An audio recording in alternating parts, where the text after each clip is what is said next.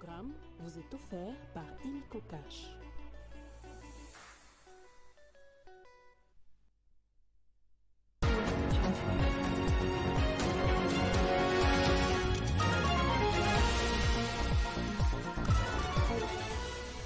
Au sommaire de ce journal, les condamnations se multiplient à travers le monde après les massacres de plusieurs civils à Beni Lubero par les ADF. Après le pape François, l'Union africaine et le prix Nobel de la paix Denis Mukwege ont eux aussi condamné la barbarie des rebelles ougandais.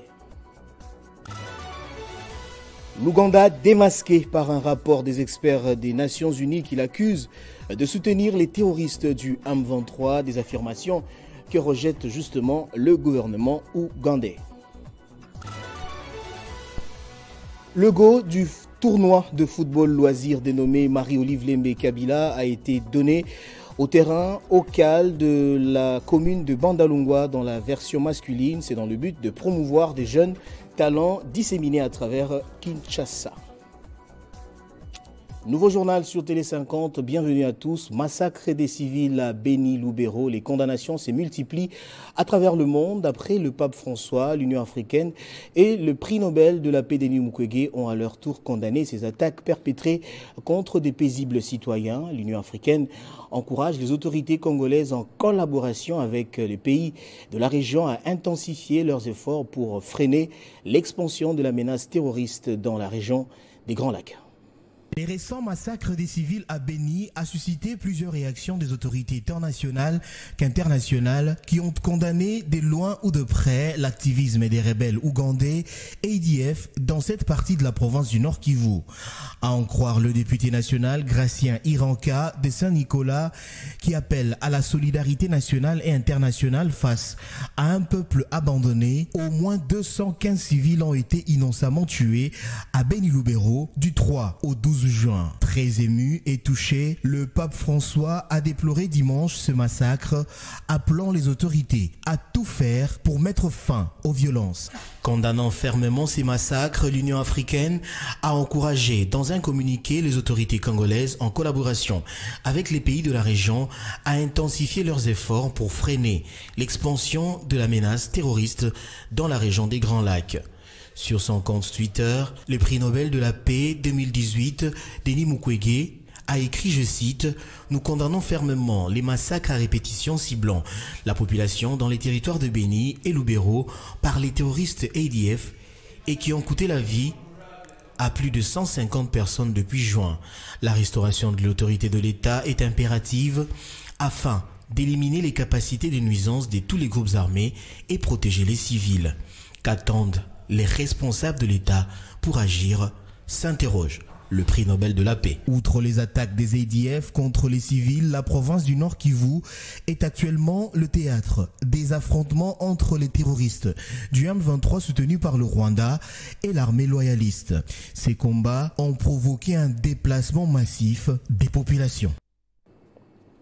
Selon un rapport fuité des experts de l'Organisation des Nations Unies, l'Ouganda est officialisé agresseur de la République démocratique du Congo. Ce document charge l'armée ougandaise de soutenir activement des rebelles du M23, des affirmations que rejette le gouvernement ougandais, mais que cachent exactement ces révélations des experts de l'ONU, éléments de réponse dans ce dossier de la rédaction.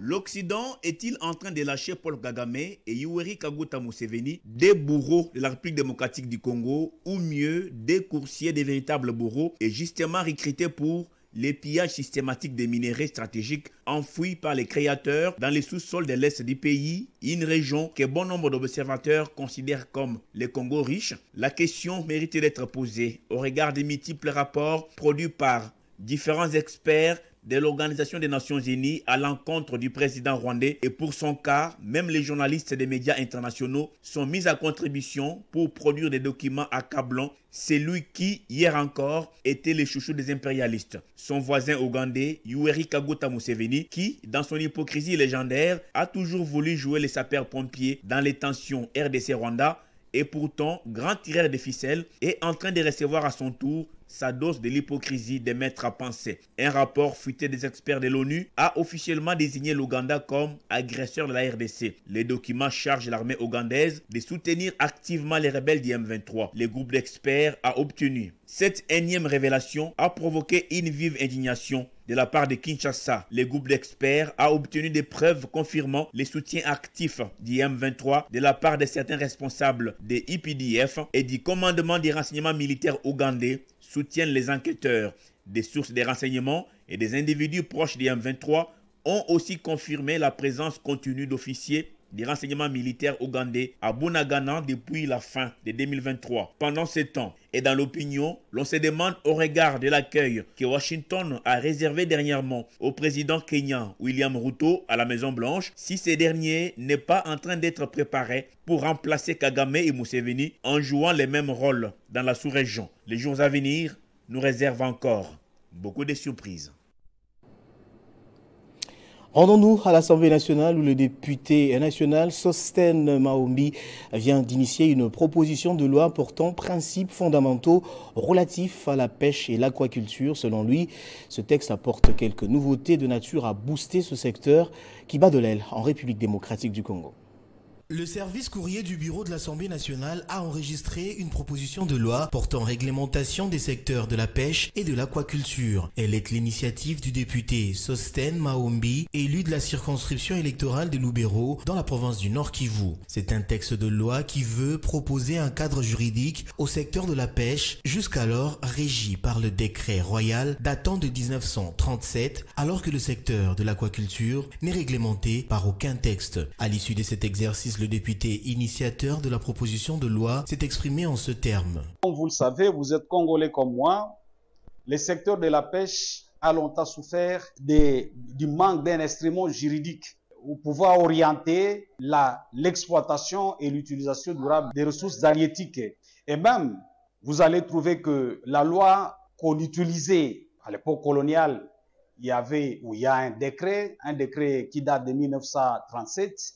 Et ce décret-là n'est plus d'actualité par rapport aux réalités du moment.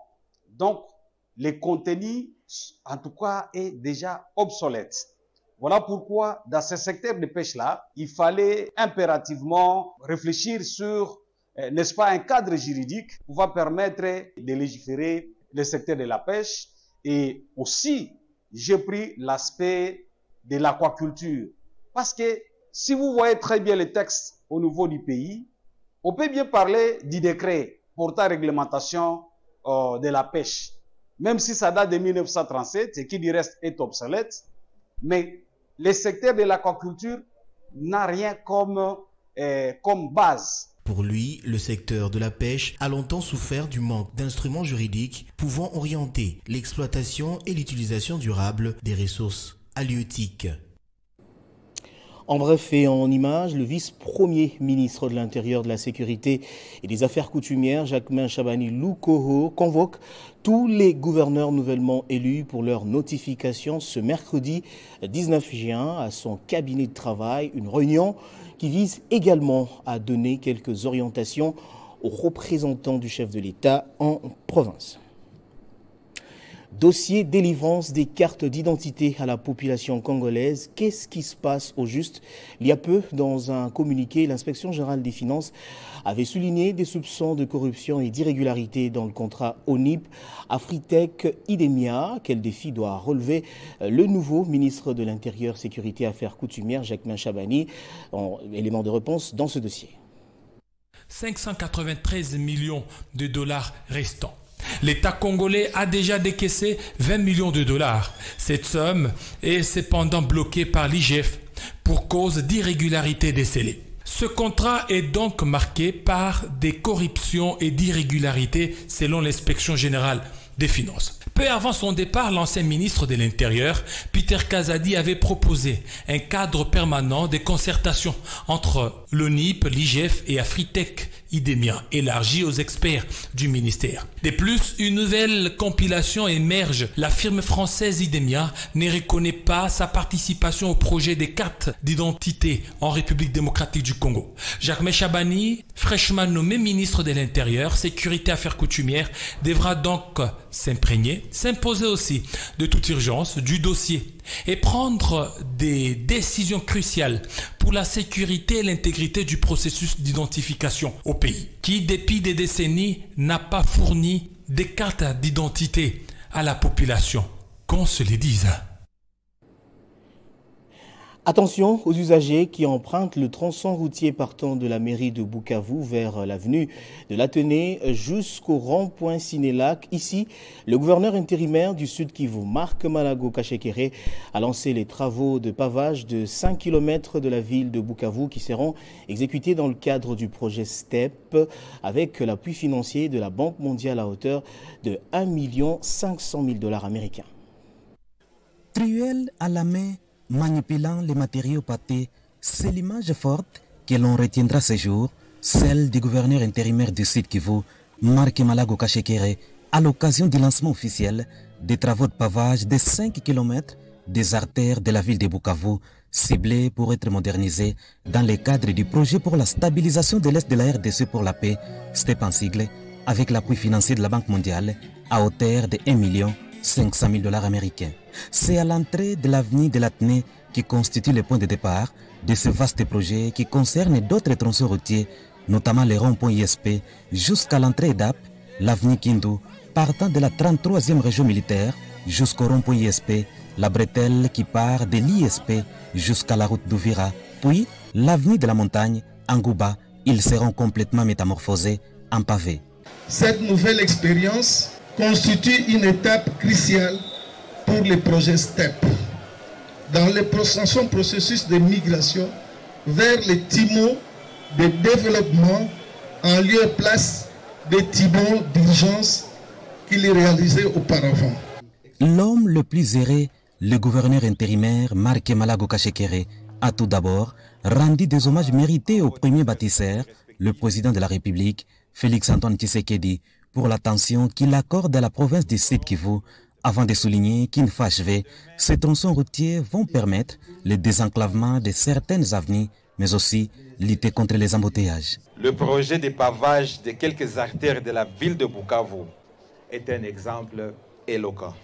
Les ouvriers du projet STEP ont procédé en premier lieu aux travaux préparatoires, c'est entre autres au décapage de la roche, préparation de la route, construction de bordures, lesquels travaux ont connu la visite du gouverneur intérimaire. Pendant ce temps, sachez que la ministre nationale honoraire du genre, Mireille Massango-Bibi Mouloko, a été élue à l'unanimité présidente nationale de l'Union nationale des fédéralistes du Congo, UNAFEC. Cette élection est intervenue dimanche dernier au collège Boboto à Kinshasa, à l'issue des travaux de la 3e convention. Benjamin Moudiata pour les détails. L'élection de Mireille Massango-Bibi Mouloko est intervenue à l'issue des travaux de la 3e convention nationale de l'UNAFEC, tenue du jeudi 13 au dimanche 16 juin 2024 au cercle Boboto à la Gombe, à Kinshasa, capitale de la RDC, devant des délégués du parti venus de toutes les provinces et de quelques délégués de partis politiques et personnalités politiques de l'Union sacrée de la nation.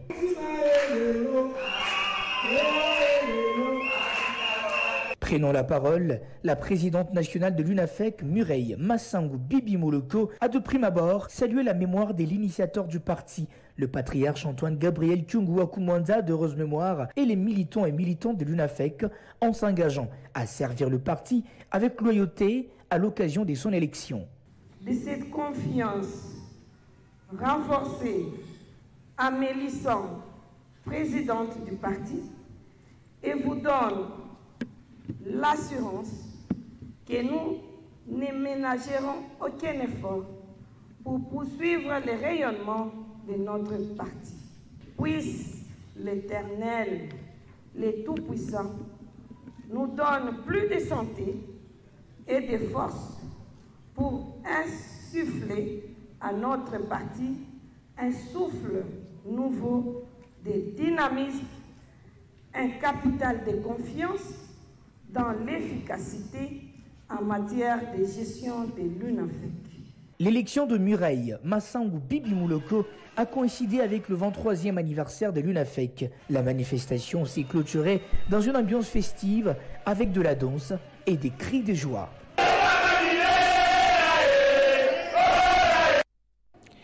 Et puis pour terminer, le go du tournoi de football loisir dénommé Marie-Olive Lembe Kabila a été donné hier au terrain local de la commune de Bandalungwa dans la version masculine. C'est dans le but de promouvoir des jeunes talents disséminés à travers Kinshasa que ce tournoi s'organise chaque année. C'est un tournoi qui prend de l'ampleur à Kinshasa après l'élan retrouvé chez les dames. L'initiateur du tournoi, Marie-Olive Lembe Kabila, veut aussi booster la version masculine qui est à sa 2e édition. C'est dans le but de mettre en vitrine de jeunes talents éparpillés à travers la capitale que Papi Tamba, président de l'association Essor et Expansion des Congolais, organise régulièrement ces tournois qui portent les noms de Maman Olive, épouse du président honoraire Joseph Kabila Kabange. Je tiens vraiment à dire que pour nous, nous disons que cette édition s'appelle Merci Maman Olive Lembe Kabila parce qu'elle organise des éditions concomitamment. C'est-à-dire 2e édition pour les hommes et 1re édition, 4e édition pour les femmes. Et la finale se jouera les mêmes jours, tant pour les femmes que pour les hommes. Les premiers matchs, ce sera la finale des femmes. Et les seconds matchs ou les derniers matchs, ce sera la finale des hommes. La particularité avec la 2e édition de ce tournoi masculin, c'est le nombre des clubs qui est passé de 50 à 84. Si on a limité le nombre à 84 équipes, ce n'est pas volontaire. C'est par rapport aux critères que nous avons fixés. Sinon, il y avait plus de 300 demandes. Et c'était très compliqué. Ça montre l'intérêt que la jeunesse essaie d'exprimer, non pas seulement par rapport au tournoi, mais par rapport au football en République démocratique du Congo. Lors de la journée inaugurale, le jeune talent a gagné par forfait JKK. En 2e explication, Leader Club a étrié la sélection U23 sur la note de 3-1. FC Bosembo a battu petitement AJDL et le dernier match de la journée a vu Toukin s'est débarrassé de la base solide sur le score de 2-0. Les 4 équipes victorieuses sont directement qualifiées pour les prochains tours. On va prendre les rappels des titres à présent. Les condamnations se multiplient à travers le monde après le massacre de plusieurs civils à Béni Lubero par les EIDF. Après le pape François, l'Union africaine et les prix Nobel de la paix ont eux aussi condamné la barbarie des rebelles ougandais.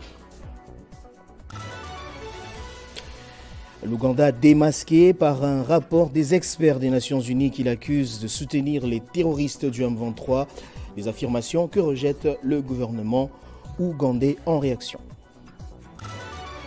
Le go du tournoi de football loisir dénommé Marie-Olive Lembe Kabila a été donné au terrain local de la commune de Bandalungwa dans la version masculine. C'est dans le but de promouvoir des jeunes talents disséminés à travers la ville de Kinshasa. On passe à la revue de presse à présent.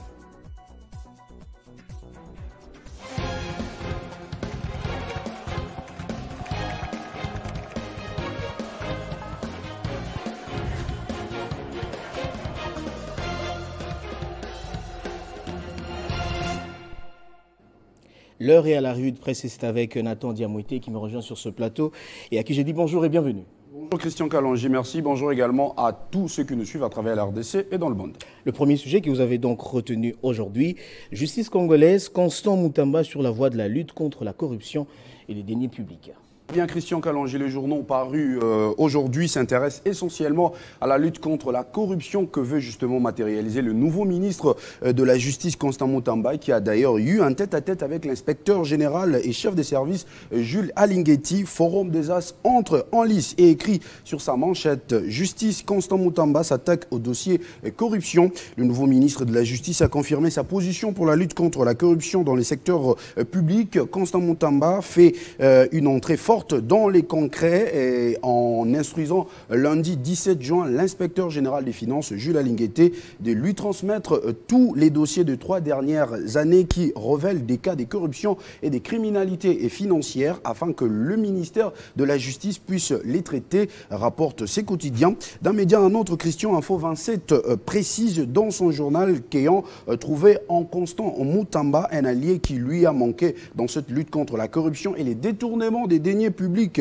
que mène son service à la demande du chef de l'État, Jules Alinguete, a assuré que la demande du ministre d'État sera traitée avec célérité.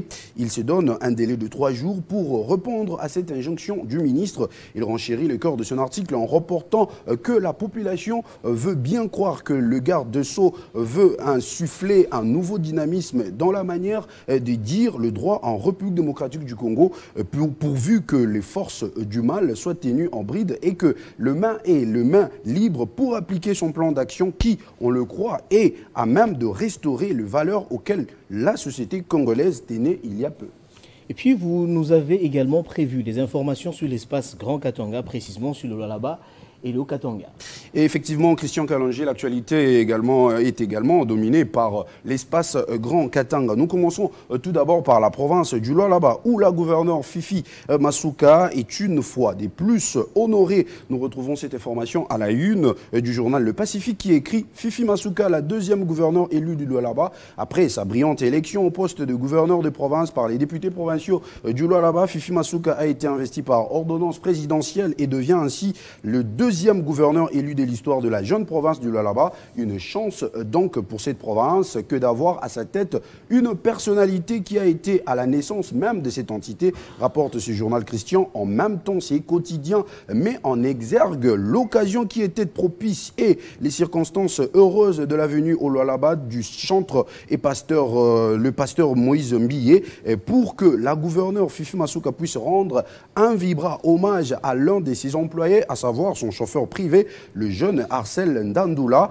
Ce jour du lundi 10 juin 2024, Christian Kalonji, qui restera mémorable dans la vie du jeune Arcel, du fait qu'avec des mots simples et des paroles sincères, sa patronne, la gouverneure du Lualaba, ait pu vanter ses qualités de jeune entrepreneur brillant devant un public soft, tout en soulignant un dynamisme et son esprit créatif exceptionnel.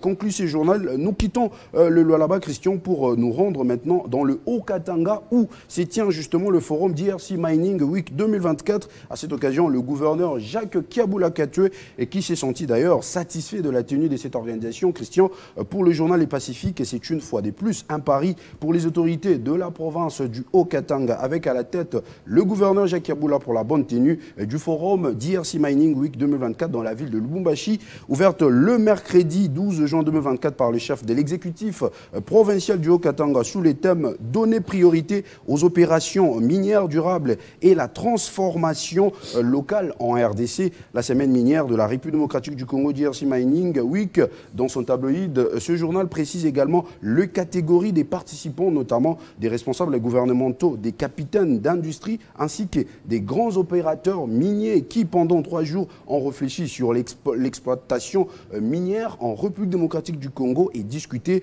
de son avenir. Et pour finir ce tour d'horizon, Christian, nous rentrons une fois de plus à la province du Lualaba où Trésor Mahamba a honoré les factures des malades à l'hôpital Mwangeji. C'est d'ailleurs les titres que nous retrouvons à la une de ce journal Le Pacifique qui développe dans le corps de son article les conseillers municipaux Maître Trésor Mahamba est un homme de cœur et altruiste. Être au service des autres, en particulier les plus démunis, reste sa vocation première. C'est d'ailleurs pour cette raison qu'il a décidé dès son bas âge de faire le droit et d'embrasser la profession d'avocat pour défendre le plus faible. Il renchérit son journal afin de redonner de l'espoir à toutes ces personnes et en même temps soulager les malades qui continuent de recevoir les soins médicaux. L'honorable Trésor Mahamba a payé toutes leurs factures. Comme on le voit, Christian, cet élu de la commune de Dilala, dans la ville de Kolwezi, n'est pas à son premier acte de bienfaisance et d'altruisme en faveur de ses concitoyens, nous rapporte ce journal. Nathan, je vous remercie de votre présentation. C'est moi qui vous remercie, Christian Kalonji. Voilà qui boucle complètement ce journal, madame, monsieur. Je vous remercie de l'avoir suivi de partout dans le monde grâce à Télé 50.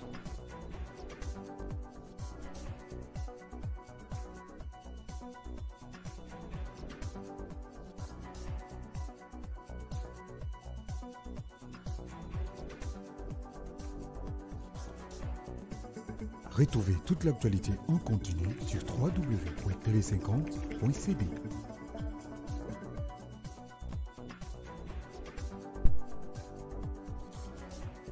Ce programme vous a été offert par Illico Cash.